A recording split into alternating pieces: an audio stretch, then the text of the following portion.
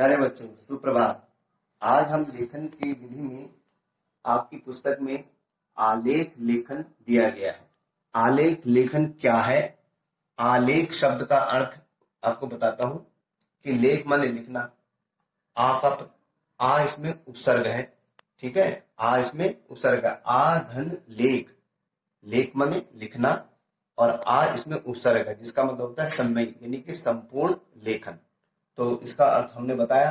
अब आलेख लेखन जो देखा जाए, वास्तव में ये निबंध का ही एक संक्षिप्त रूप है जिसे मैं पढ़ने जाता हूं, और आप इसको ध्यान से पढ़ना, कैमरे को फोकस में।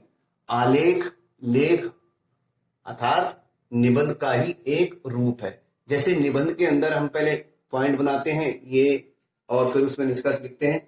इसमें और निबंध में अंतर इतना है कि आलेख लिखते समय तथ्यों पर, ठीक है ना, तथ्यों पर और इसके ऊपर विचार प्रस्तुत किए जाते हैं। तथ्य यानी कोई काल्पनिकता नहीं होती इसके अंदर जो, और ये क्योंकि आलेख गंभीर भी होते हैं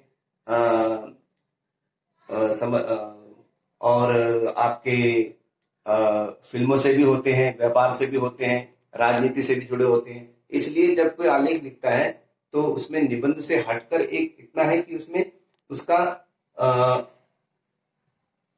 तथ्य प्रस्तुत किए जाते हैं।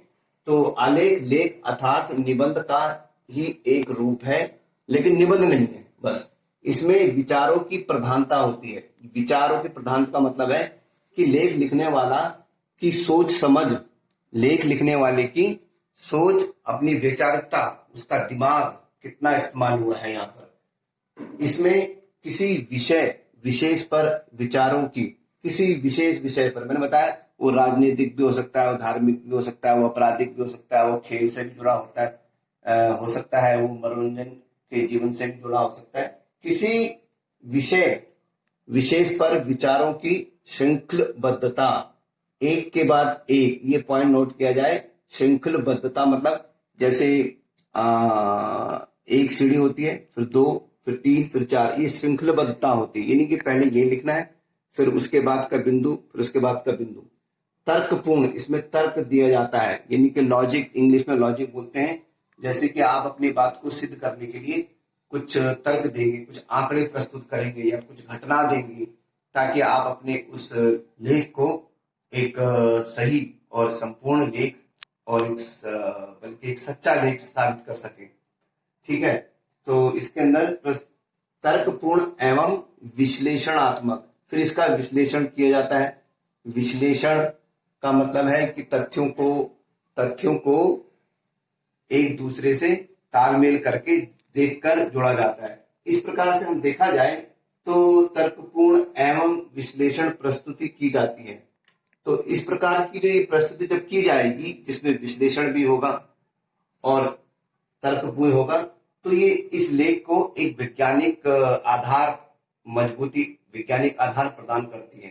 राजनीतिक स्तर पर अगर कोई आलेख लिखा जा रहा है किसी, तो उसमें तथ्यों के साथ, ताकि उसके आलेख को कोई झुटला ना सके, कोई उंगली ना उठा ना सके, या कोई उसको न्यायालय में कोई उसको चुनौती ना दे सके, तो तथ्यों पर और विश्लेषणात्मक प्रस्तुति की जाती है। इसलिए ये विचार प्रधान है, इसलिए ये विचार प्रधान है। इसमें सोच, दिमाग का उस विषय के प्रति आपको ज्ञान होना बहुत जरूरी है, ठीक है ना। आलेख में किसी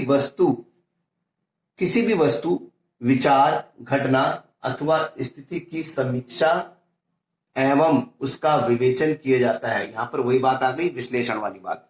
तो अब बात समझ में आ गई। जैसे कोई आपका विषय है राजनीति, तो उस पर उसकी वस्तु, राजनीति की वस्तु क्या थी, उसका विचार, उसकी घटना या उसकी स्थिति का अच्छी तरह समीक्षा की जाती है, अर्थात उस पर विवेचना किया जाता है, उस पर सोच विचार किया जाता है, उसको परखा जाता है, उसको तथ्यों पर आंका जाता है। तो यहाँ पर अब बात आलेख के चरण, यानी आलेख लिखते समय कौन कौन से चरणों का ध्यान रखना चाहिए। जैसे हम निबंध लिखते समय लिखते हैं पहले भूमिका, प्रस्तावना, फिर जैसे निबंध के 2 पॉइंट तो बड़े पक्के होते हैं। एक आरंभ में आता है भूमिका, या भूमिका, और सबसे नीचे आता है उपसंहार। इसके बीच में जो निबंध के पॉइंट होते हैं वो निबंध से जुड़े होते हैं क्रमबद्ध।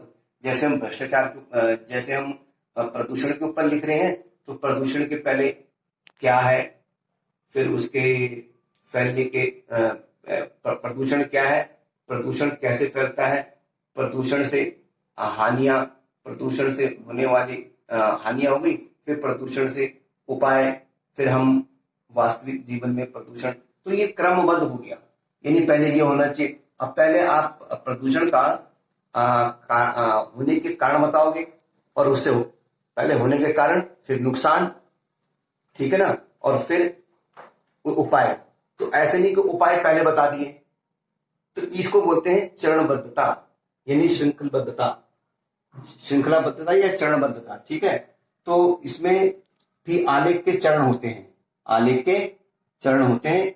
आलेख के कितने चरण होते हैं? जैसे निबंध के होते हैं, जैसे प्रस्ताव के होते हैं। पहला भूमिका, मैं यहां पर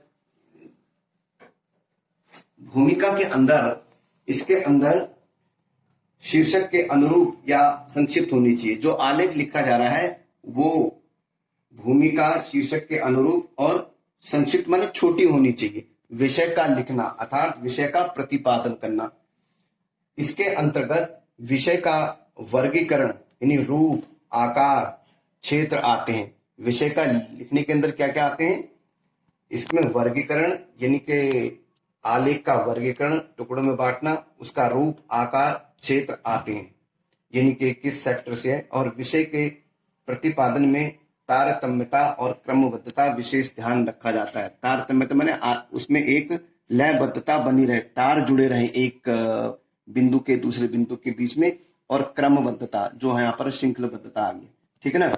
दूसरा है तुलनात्मक चर्चा होती है। तुलनात्मक चर्चा, इसके अंदर विषय वस्तु की तुलनात्मक, जो विषय वस्तु है, जैसे राजनीति की विषय वस्तु, जैसे कोई ये किसी की मौत हो गई, या किसी का एक्सीडेंट हो गया, या किसी की जाल शादी हो गई, या भ्रष्टाचार का उसके ऊपर आरोप है, तो इसका तुलनात्मक अध्ययन किया जाता है। यही बिंदु इसे वैज्ञानिक पद्धति यानी एक वैज्ञानिक की तरह, उसको प्रमाणिकता की तरह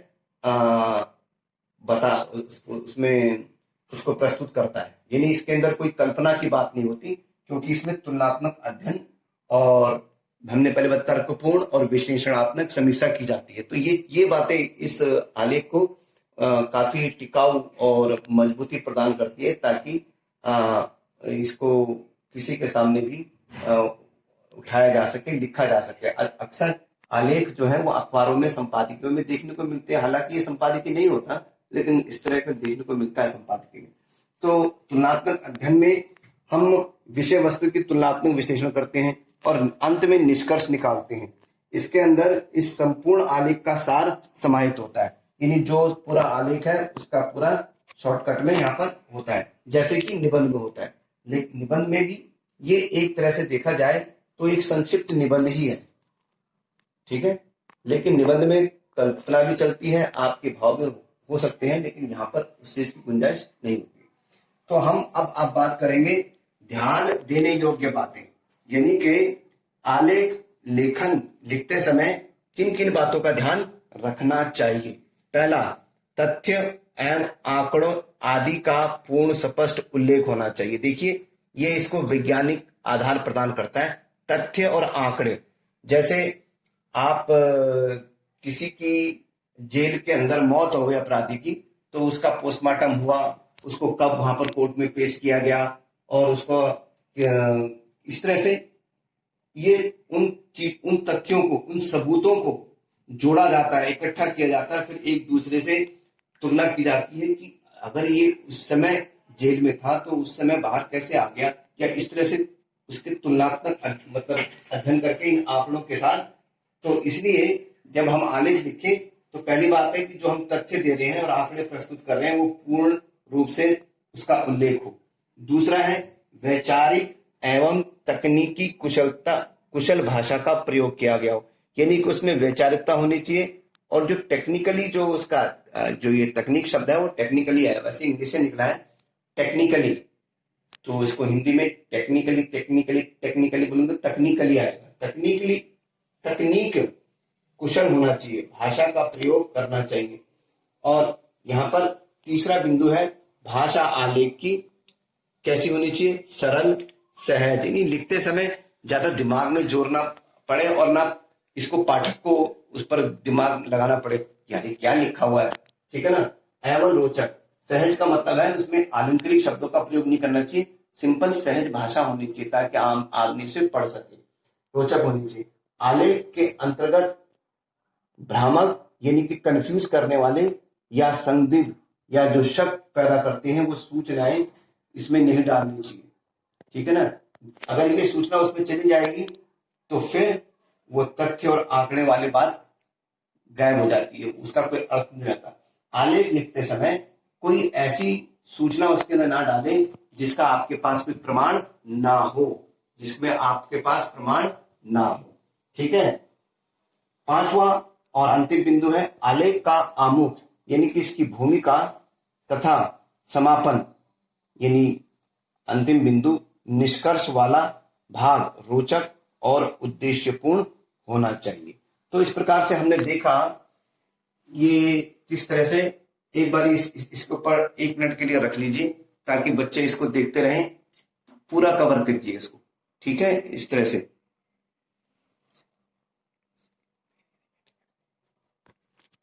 हाँ, इस तरह से। अब इसको इस तरह से देख लीजिए।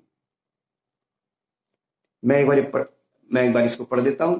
आलेख आपको दिखाई दे रहा होगा। तो इस तरह से हमने ये पूरा का पूरा, आप इसको, ये आलेख के अंदर ये बातें, अब मैं आपको उसका उदाहरण दिखाऊंगा, बोर्ड में तो नहीं लेकिन किताब में इसको देख सकते हैं हम आराम से।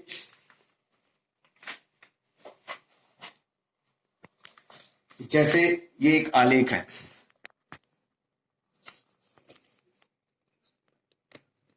अब देखिए जैसे ये एक आलेख है, समय का महत्व पर एक आलेख लिखिए। तो इसके अंदर जितने पैराग्राफ चेंज कर रखे हैं वो अलग अलग बिंदुओं को दर्शाते हैं, अर्थात इसके चरण हैं। क्या है इसके अलग अलग चरण हैं। समय के सदुपयोग में ही जीवन की सफलता का रहस्य निहित है। राजा को हो या रंक, मूर्ख हो या ज्ञानी, किसी समय किसी के लिए अपनी गति मंद नहीं करता। विश्व में जितने भी महापुरुष हुए हैं उन्हें समय की महत्व मालूम थी और समय के मूल्यवान समझ कठिनाई संघर्षों का सामना करते हुए वे निरंतर अपने कर्म पथ पर अडिग होकर चलते रहे और सफल हुए। बुद्धिमान व्यक्ति अपने अवकाश के समय को भी व्यर्थ नहीं कर जाने देते, जबकि आलसी, अकर्मण्य और मूर्ख लोग देर तक आराम करते हैं। ये पहला बिंदु हो गया। दूसरा बिंदु हो गया, जीवन में प्रत्येक कार्य के लिए नियत समय निर्धारित है। पढ़ने के समय पढ़ना चाहिए और खेलने के समय खेलना चाहिए। कक्षा में बैठकर खेल कूद की बातों में खोए रहना और खेल के मैदानों में पढ़ाई लिखाई की बातें करना किसी भी तरह से तर्क संगत नहीं है। जो व्यक्ति समय के महत्व को ध्यान में नहीं रखते, अपनी मानसिक प्रवृत्तियों को स्थिर और संयमित करके कार्य करता है, उसे सफलता अवश्य प्राप्त होती है। समय को व्यर्थ गंवाना तो आत्महत्या करने के समान है, क्योंकि समय के बीत जाने के उपरांत कुछ भी हाथ नहीं आता सिवाय अफसोस के। ये अगला पॉइंट है। तीसरा पॉइंट है, समय का सदुपयोग एक निश्चित दिनचर्या से ही संभव है और अपने और दूसरों के लिए जीवन को सार्थक बनाना ही मानव धर्म है। जिसे अब ये निष्कर्ष कर रहे हैं, इसका ये निष्कर्ष किया जा रहा है कि समय का सदुपयोग एक निश्चित दिनचर्या से ही संभव है। अपने और दूसरों के लिए जीवन को सार्थक यानी सही बनाना ही मानव धर्म है, जिसे समय की गति को समझे बिना और उसका सदुपयोग किए बिना नहीं निभाया जा सकता। जो व्यक्ति समय रूपी धन को यूं ही लुटाता फिरता है, उसे आगे चलकर निश्चय ही रोना पड़ता है। अंत में क्या लिखा है इन्होंने, अतः हमें पेरिक्लेस के कहे इस कथन के मर्म को समझकर अपने जीवन को संवार लेना चाहिए। समय सबसे बुद्धिमान सलाहकार है।